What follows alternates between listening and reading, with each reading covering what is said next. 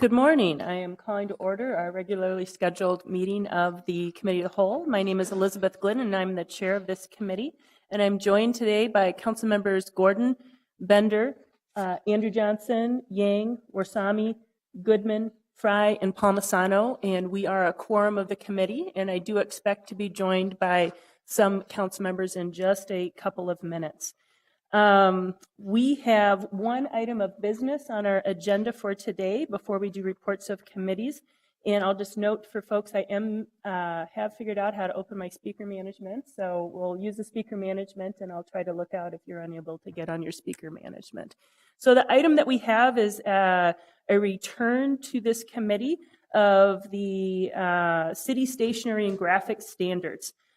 This item had been approved through the executive and committee of the whole committees, but then at our full council meeting of the last meeting, and this is reflected on your agenda, item 1D, it was referred back to the committee of the whole so that staff could update the standards to incorporate the existing sailboats graphic. And I think part of the intent was that this would be the committee where, as opposed to the full council meeting, we could have a more full discussion, do more of that workshop, but also discuss the staff direction. So I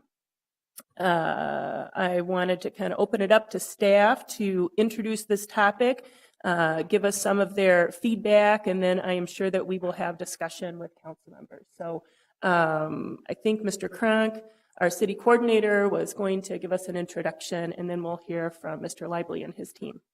Great. Good morning. Chair Glidden, council members, Spencer Kronk, city coordinator. Very excited to return to this conversation after a referral from the city council on March 20th. It's not often that a visual identity and graphic standards policy gets this much excitement or discussion, but we are incredibly thrilled, at least from my perspective at the enterprise level, the type of feedback and response that we've gotten from many of our city departments who were really looking forward to a refreshed policy. So this would create some standardization across the enterprise, and I will turn it over to Matt Lively, who will walk us through some of those specific directions that have happened since the council meeting itself. Okay. Mr. Lively. Chair Glidden, members of the committee. As a follow-up to the City Council action from a couple of weeks ago on the graphic standards policy, today we're returning to you to do a couple of things. One is to show you a few mock-ups of what some materials look like, and primarily we would like some additional direction before we do additional work to modify the standards. In the last cycle, as you know, Council directed our department to modify the proposed graphic standards to include the current sailboats. The primary thing we'd like is clarification on what flexibility we might have to fix some design problems with the existing logo. And for our purposes, to be clear, the logo includes both the sailboats and the text beneath it, and I'll get more into that in a minute. Big picture, maintaining the current logo or some iteration of that in our graphic standards would require a reworking of the standards, and that is something we would need some time to do, likely several weeks before we'd be ready to begin a rollout. That's because the current logo doesn't fit graphically with the contemporary design of the standards, so we would need to do some accommodating and working there. That includes things like color, palette, font, and the orientation of the logo, meaning it's vertical rather than horizontal. So something I'd like to show you first is a few mock-ups. As you'll see here, we have business card as we had proposed it a couple of weeks ago. To the right of that is what it would look like if we took the city logo as it exists right now and placed it on that card. There are some issues with the usage of that logo that I'll highlight here in a minute, but this will illustrate some of them. The primary one being that the wording is very small relative to the boats. Down at the bottom here, if we assume, and again we'd like additional clarification on this, if we assume that we do have the flexibility from council to go ahead and modify things like the lettering, this is a direction we might go. This iteration, as you see, it preserves the sailboat icon itself, that visual, but modifies the rest of the logo. We do still think, if possible, that increasing the size of the lettering is a good idea, so that is something we would like direction on. To highlight a few issues, you see the current city logo on the right here. that we just were working toward solving in our initial proposal was that one, as I've mentioned a couple times before, the lettering is very small.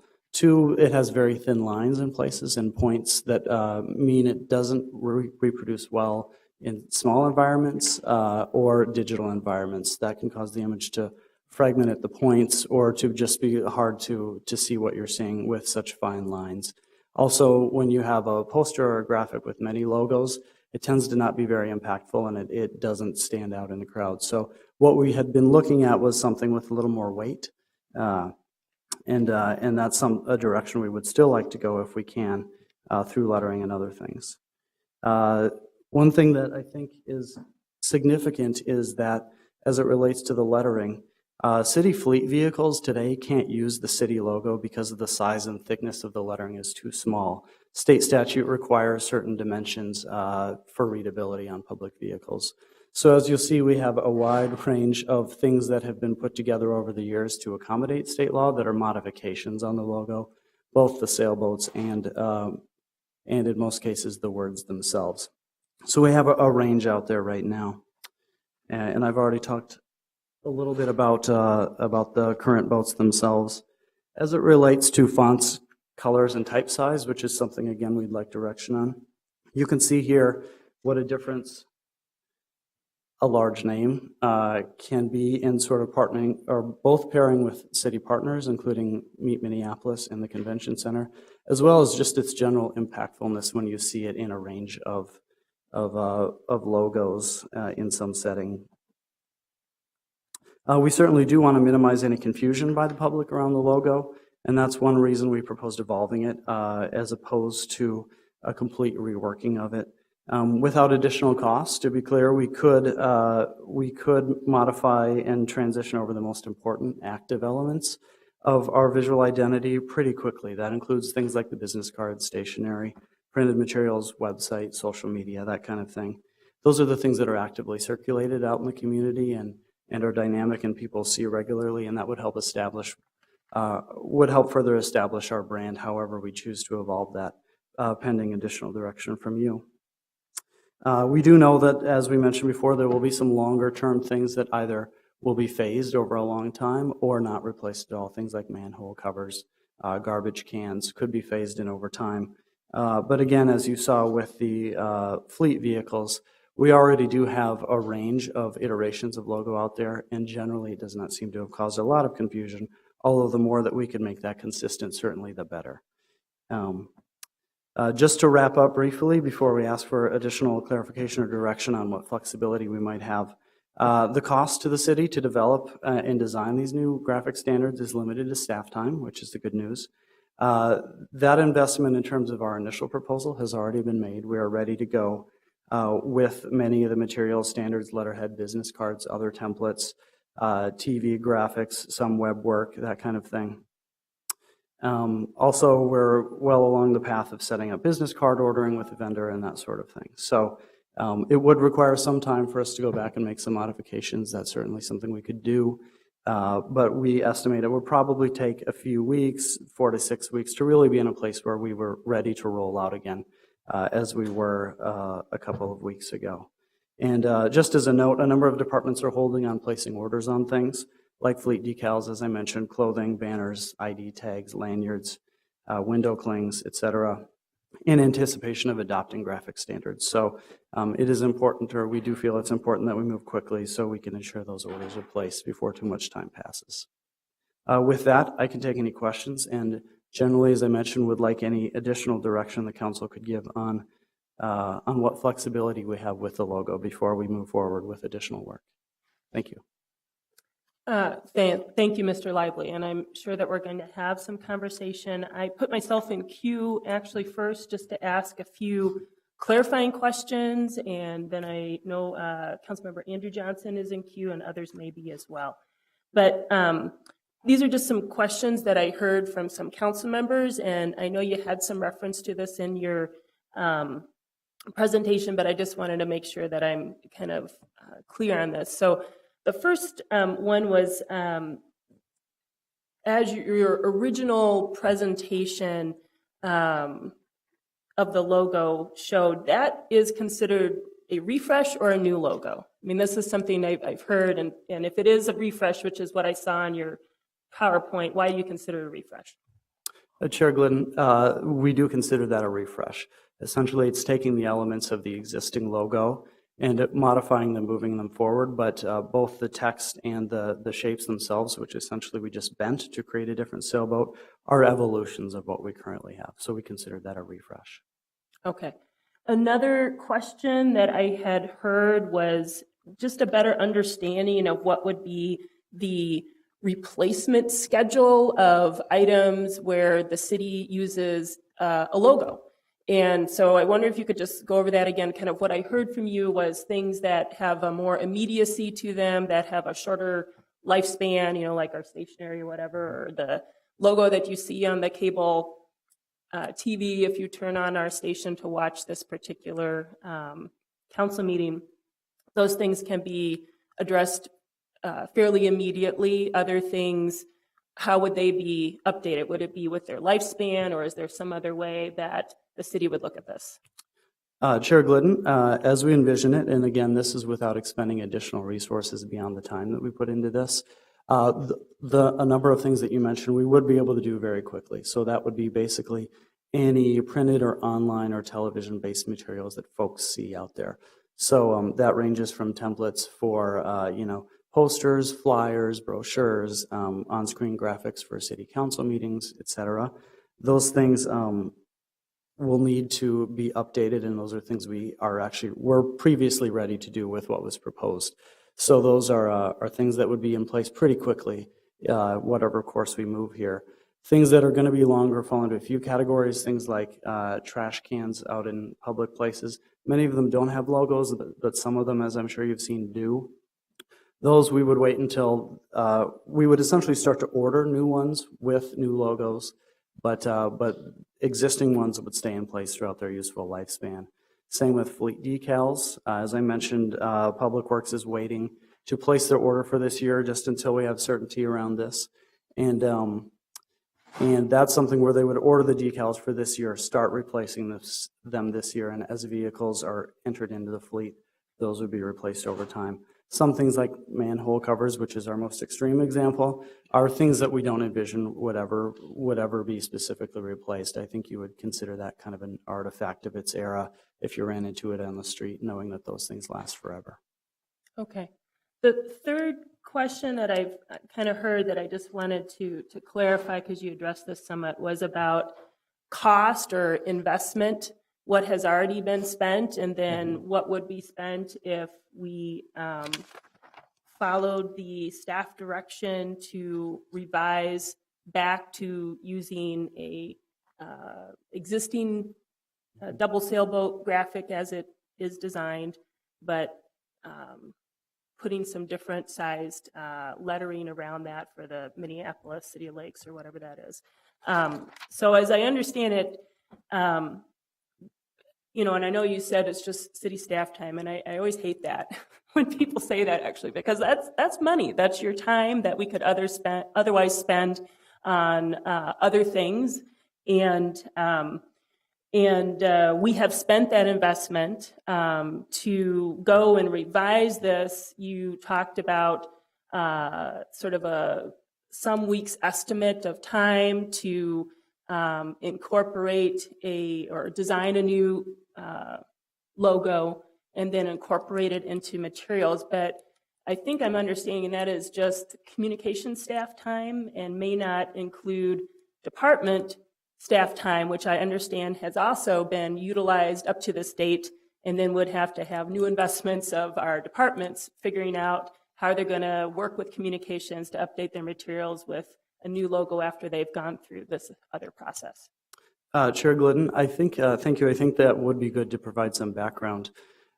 We started this process a couple of years ago in working with a staff team from a number of departments. That included the Office of the City Clerk, Finance, HR and Communications, and IT. And so that staff team sort of guided where we went with these with the graphic standards with this policy. And then on top of that, we did the additional design work. Obviously, this is something that's taken a lot of time, and it's something that we have fit in where there was time. So it's not something we've ever been able to dedicate really large chunks of time to. It is something that we've just had to fit in over time, which is one reason that this process has been very long. To make it clear what it would take if we were to do something different, whatever that is, essentially we would need to go back and update some things. And it may be a little less simple than it would seem, but in addition to creating department logos and iterations of those, which is pretty straightforward, but would take a little time, it would require redeveloping the standards, which some of you have seen. It's something like a 35-page document that really articulates how the logo is used from a graphic perspective, spacing around it, all this kind of stuff. So things like that would need to be redeveloped along with some templates for materials. Any of the things that I mentioned that we were ready to go on, so letterhead, business cards, TV graphics, some other templates, are things that would just need to be redeveloped with whatever it is we decide to move forward with. Those are the highlights, I think. Okay, thank you very much. I appreciate it. Councilmember Andrew Johnson is in queue. Thank you, Madam Chair. And I don't really have any staff questions on it at this time. I guess I was a little surprised about this idea of the lack of clarity around the staff directive, because I both, in presenting it to the committee, talked about how the font could still be consistent with what was presented and how really the only piece was around the syllabus, how the colors could change, all that.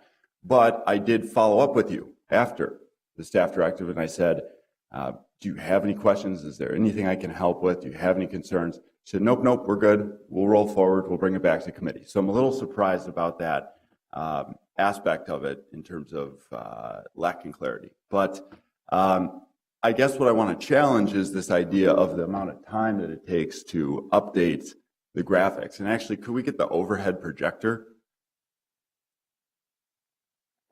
So I've actually used Photoshop before. Let's do the first one with the 2 different images on it. So this is what the logo would look like, for example, with new font and a change of color to match the current palette. That took me less than 10 minutes to put together. It also only took a matter of seconds here to put together and copy and paste that out and add in both on the letterhead, which we also have an example of, and also on the envelopes as well.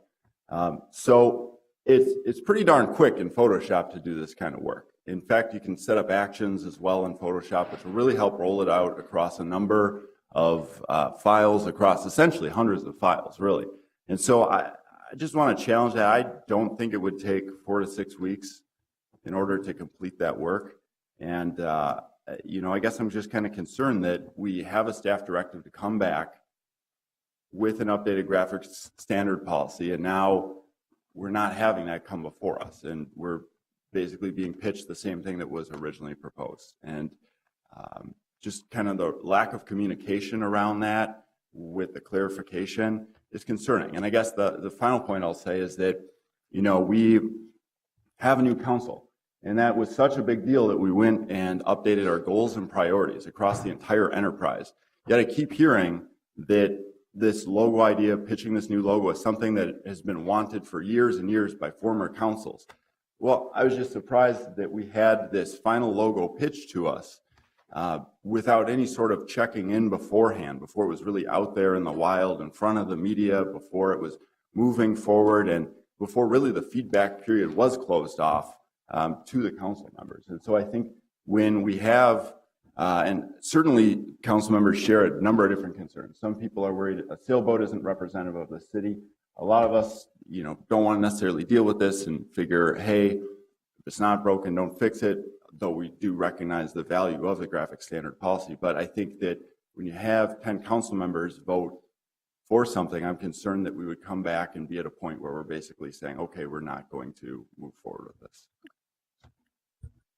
All right. I have put myself in queue next, and I am actually going to make a motion.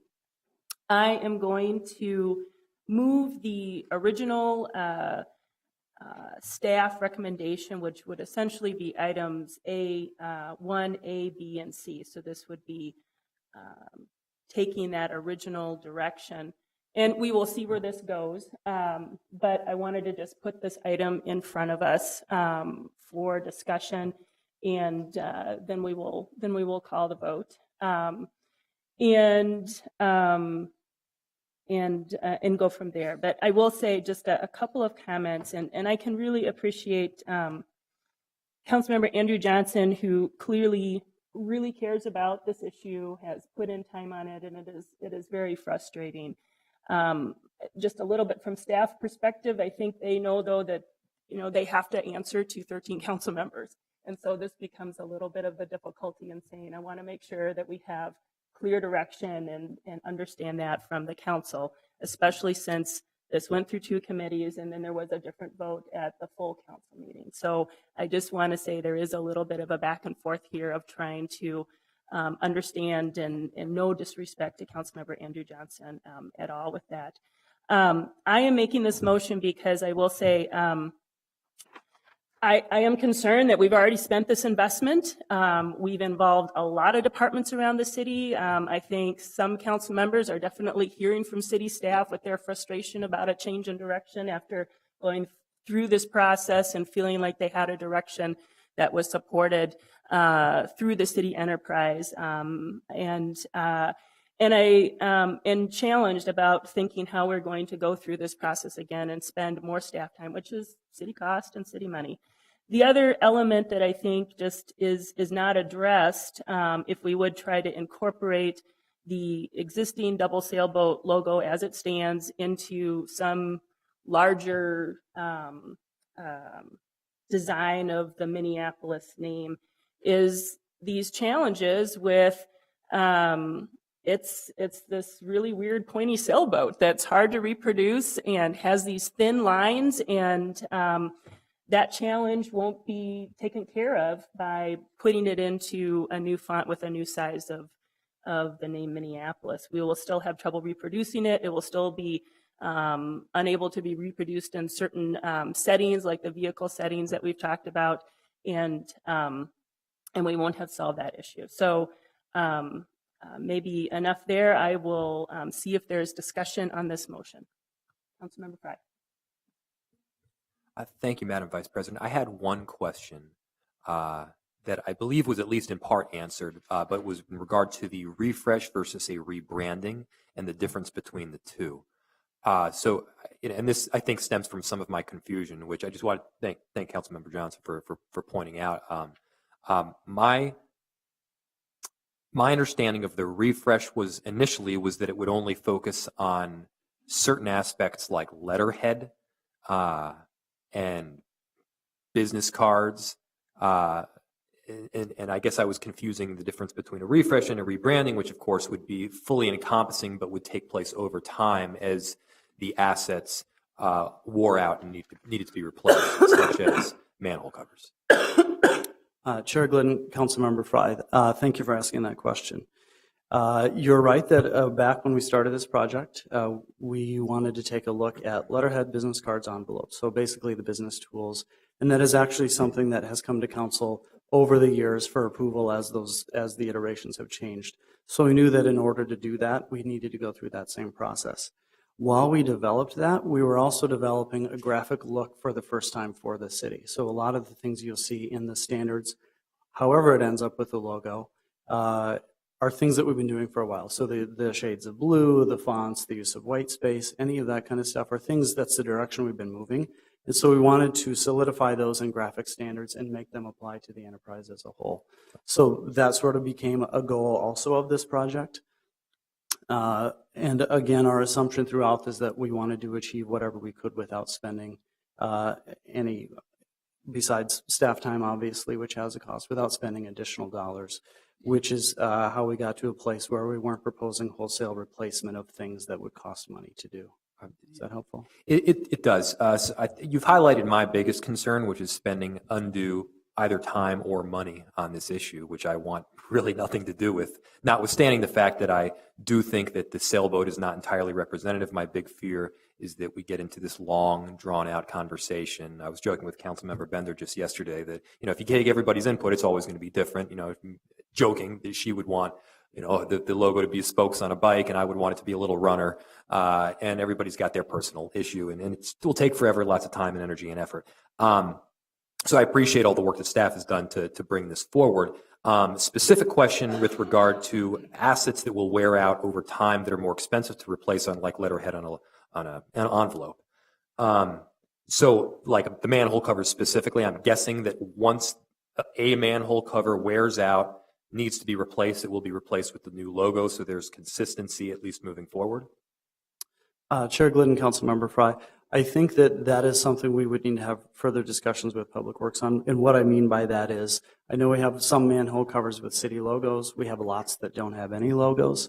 So moving forward, it would be a determination about whether do we recast something new with an updated logo? Do we use ones without a logo? I'm actually not sure, and I should, whether the ones they are currently producing have logos or not. Obviously, we see them out and about, but I don't know if those are the latest or if we're using something more generic now. But that's a decision that we could make moving forward. So my concern would be this, we've got the present logo in place. We've got the refresh in place, or not in place on some of these more massive overhauls like the manhole covers. And then sometime down the road, in a decade or a decade and a half, we then have yet another logo that's also in place. What I don't want is the three. I mean, I agree. I'm starting to understand now why the staff is making the decision. It makes total sense. I just want to make sure I understand all the logistics. Chair Glidden, Councilmember Fry. I'm sorry, could you restate your question? So the question is if we're doing a partial refresh now, and by partial refresh, I mean not focusing on the entire citywide enterprise, on all of the logos that we presently have in place. Let me rephrase. I don't think that the logo should be changed out and overhauled in its entirety. Obviously, that would be a huge cost. But I just want to be clear that as infrastructure or assets wear out, it will be replaced with the new logo and not kept with the old logo. Chair Glidden, Councilmember Fry, thank you. That helps. Yes, absolutely, that would be the intention. We wouldn't be creating new things with the old logo. Okay. So, if Public Works has a store of manhole covers that currently have the logo, absolutely, over time we continue to use those up. But new things that would be produced for use out in the public would be created using the new logo, if there are things that in fact have a logo at all. So again, like a manhole cover example, we could debate whether that's even necessary. Makes sense. Thank you. Thank you. Okay. Thank you. Councilmember Yang. Thank you. Thank you, Madam Chair. I just have a quick clarifying question, if I can ask that to the chair or to the staff. When it was presented a little bit earlier, there was talk of 4 to 6 weeks in terms of revising the logo, or I don't know what it was, but are we voting today to essentially adopt the refresh logo? Is that kind of what's happening? Thank you. So yes, there was some discussion about what would happen if staff were to work to update the standards to incorporate the existing sailboats graphic, which would be, I think, doing a different version of a refresh, really, in reality, because you would be refreshing the lettering, the Minneapolis, to something different than what it is today, but you would incorporate the old existing sailboat graphic. The motion that I made was essentially what was originally before this council until we made a different decision at our full council meeting with the staff direction that brought us back to this committee today. So it would be reverting back to that original recommendation by staff, which is reflected in items 1A, B, and C. Okay, thank you. Thank you. Councilmember Andrew Johnson. Thank you, Madam Chair. So I just wanted to touch on the spending piece because Councilmember Fry pointed out having multiple logos out there. That was really originally the intent of the staff directive, is that, the goal of this policy is to have consistency of the use of the logo.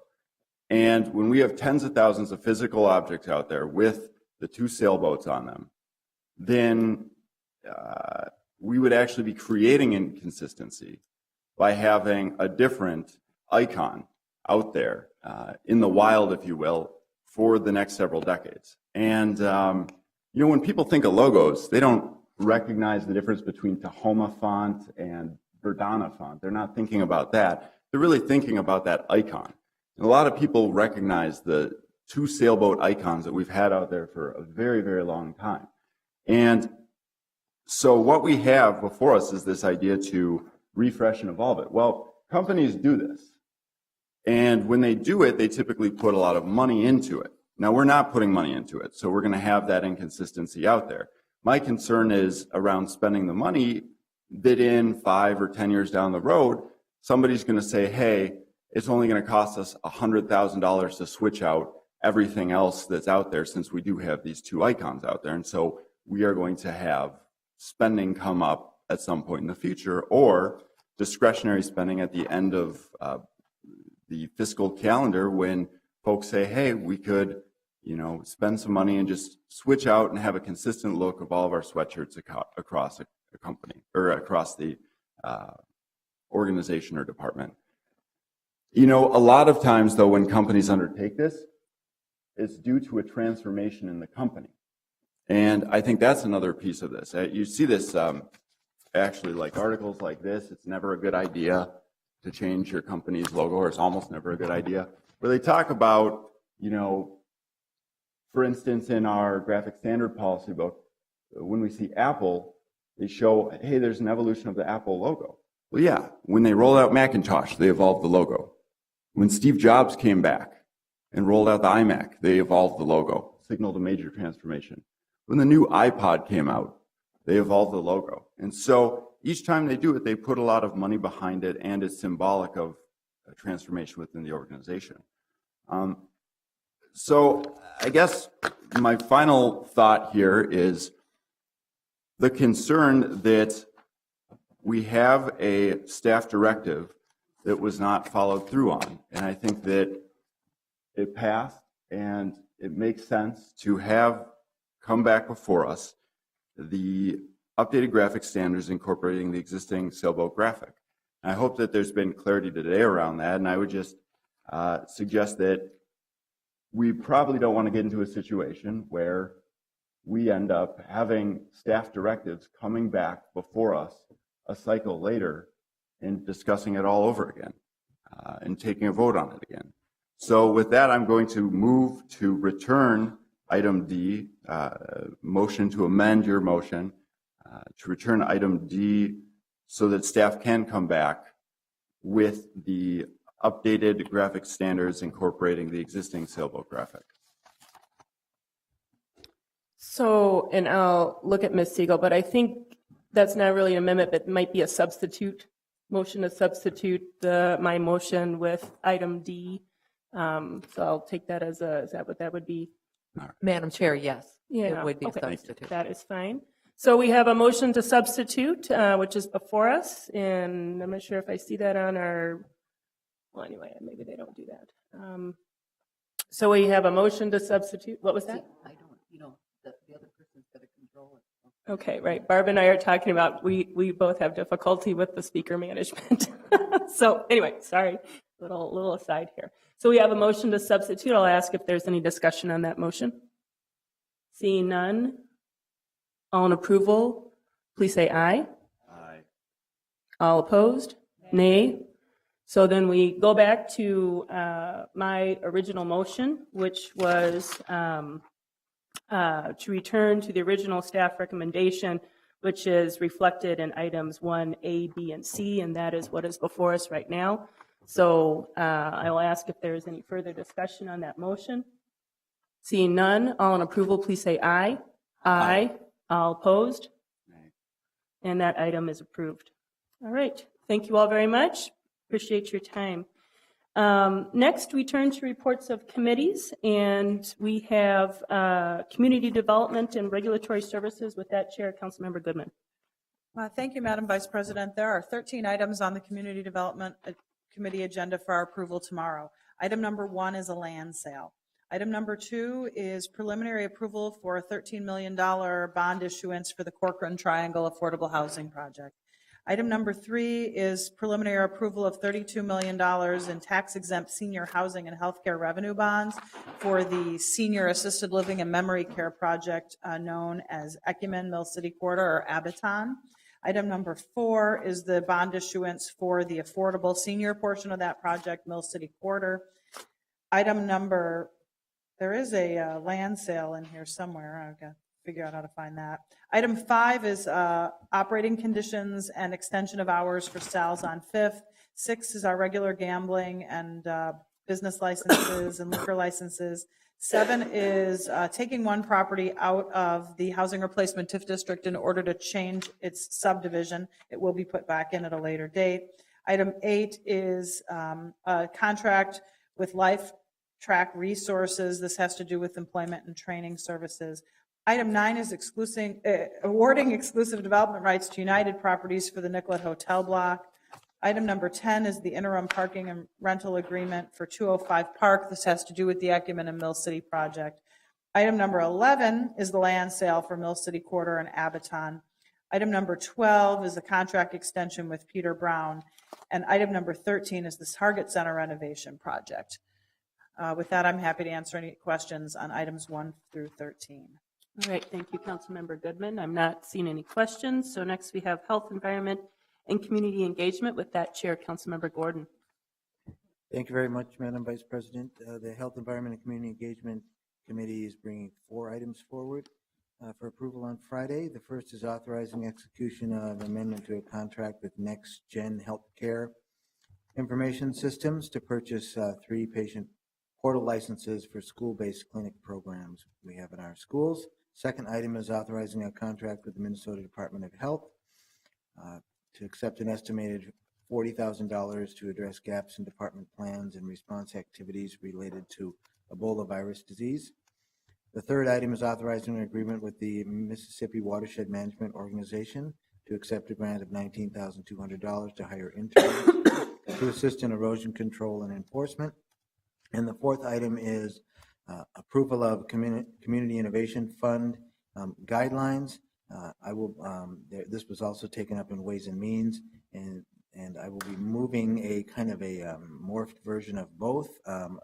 My intention is to move to approve the Community Innovation Fund guidelines as presented by the Commission at the committee, but not to move the second section, which was actually also was deleted at the Ways and Means meeting, because we don't really need the part that says passage of a resolution increasing the appropriation to the Neighborhood and Community Relations Department, because the appropriation apparently is already there. I'm happy to stand for questions. I will note that the Executive Committee of the NCEC Commission is meeting this evening, and I'm going to look to them for some guidance and input too about the guidelines. All right, any questions for Councilmember Gordon? I'm not seeing any. Next, we have Transportation and Public Works. With that, Chair, Councilmember Reich. Thank you, Madam Chair. The committee will be forwarding 15 items for consideration. Item 1 is to advance the 26th Street East, 28th Street East Street resurfacing project and set that public hearing for May 5th. Item 2 is the Nicollet Mall reconstruction project, forwarding that and setting the public hearing for May 5th. And then item 3 is the Minnehaha Avenue Street reconstruction project from 26th Street East to 24th Street East, and setting that public hearing for May 5th. The following items we refer to the Ways and Means Committee. Item 4 is the 2nd Street North, 21st, 30th, and 33rd Avenue North, 42nd Avenue South, Bloomington Avenue South, and MnDOT 62 Frontage Road Street resurfacing project. And we'll set that public, actually that's just to advance the project, and requesting the Board of Estimate and Taxation to authorize the city's issuance and sale of assessment bonds for that project. Item 5 is the Minneapolis Refuse Incorporated contract. That's to extend that contract to allow them to participate in our organics recycling initiative. Item 6 is the leakage assessment service contract with Wax Water Services Incorporated. Item 7 regards the St. Anthony Parkway Bridge over the Burlington Northern Santa Fe Northtown Yards. and that is authorizing execution of the bond grant agreement with MnDOT. It's for $7 million in bonds for that project, and authorizing the city engineer to work with Short Elliott Hendrickson for an approved amount or a suggested amount to continue that work. Item 8 is the 7th Street Transit Advantage Project. And that's an execution agreement with Metropolitan Council to do that work at the 7th Street area and to increase the appropriation by $470,000. Item 9 is the storm sewer cleaning contract. Item 10 is the Central Corridor LRT project subordinate funding agreement. And that's regarding the Green Line. Item 11 is the funding for Bike Week's event. Set that dollar amount for $15,000 for those activities. Item 12 is the 2015 approving locations and budget for the Open Streets events as described in the report.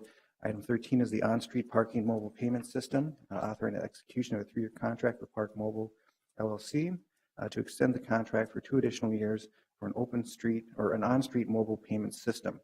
Item 14 is the Minneapolis street lighting policy, adopting adjustments to that policy. And item 15 are a series of low bids with one low responsive bid and one single bid where we did some price analysis to make sure they're consistent. With that, I'll stand for questions, Madam Chair. Thank you, Councilmember Reich. Are there any questions or comments on this agenda? No? Okay. Next, we have Ways and Means with that chair, Councilmember Quincy. Thank you, Madam Chair. I just wanted to note Councilmember Palmisano was a late click-in on the last item. I thought she wanted to speak, and I was looking at her, so Councilmember Palmisano. I was slow to the punch. Madam Chair, I just want to make a comment that pertains to items number 11 and 12 on the TPW agenda and also on the Ways and Means agenda. This is in regards to Bike Week and open streets, and those of you on Transportation and Public Works and Ways and Means have heard my concerns earlier this week. But I have some logistical concerns with how things like the open streets events, the 8 events planned for this year have been chosen, how partnership money is raised. I have some budgetary concerns with the places that this money is coming from this time around. Some of it comes in in-kind services from departments that weren't originally named in the budget direction that we all voted on last December. So I would just want to let you know that I've been discussing the potential of creating a task force, a temporary one, but one that would review what the city's appropriate role is in supporting bike walk and multimodal education efforts in the future. I'd like to involve Public Works, Public Safety, Matthew Deardahl, our new bike ped coordinator, on what the best approach would be and to see if that results in any policy amendments for our budget in the future. So if this requires council action, I'll be looking to bring that forward for consideration on Friday. I just wanted to let people know. Councilmember Yang. Thank you, Madam Chair. If I may ask a clarifying question to Chair of TPW. With regards to the open streets selection routes of the 8 routes, we as a council are not choosing those routes. Is that correct? That is correct, council member. Okay. And I only ask just because I think out in the community, some folks have said that, this is us as the council selecting these routes, and just wanted to make it clear that we're not selecting the routes. And, maybe at one point in the future, we might be selecting routes. But that's a different conversation for a different time. Madam Chair, if I may comment, council member Yang, correct. It's better to think of us as creating a supportive framework to allow these activities to take place and for the purpose of education and promotion of those activities and all the values that are imbued in that. And so to Council Member Palmisano's notion, staff has been working to create a better and clearer framework that hasn't existed. And so they're kind of doing that work as they're landing the plane for these year's activities. And so I hope that this notion of getting clarity and having a better and clearer upfront system will be satisfactory to the issues and concerns raised by the council member. So just wanted to make that note, Madam Chair. Okay, thank you. Next, we have Ways and Means with Councilmember Quincy. Thank you, Madam Vice President. Ways and Means will have 17 items for your consideration on Friday. First are a series of legal settlements. Second item is an amendment to a contract with Hennepin County Department of Community Corrections for probation officer services. The third item is a series of contract amendments and changes as they close out the and final payments for work for the Visitor Information Center at the Convention Center.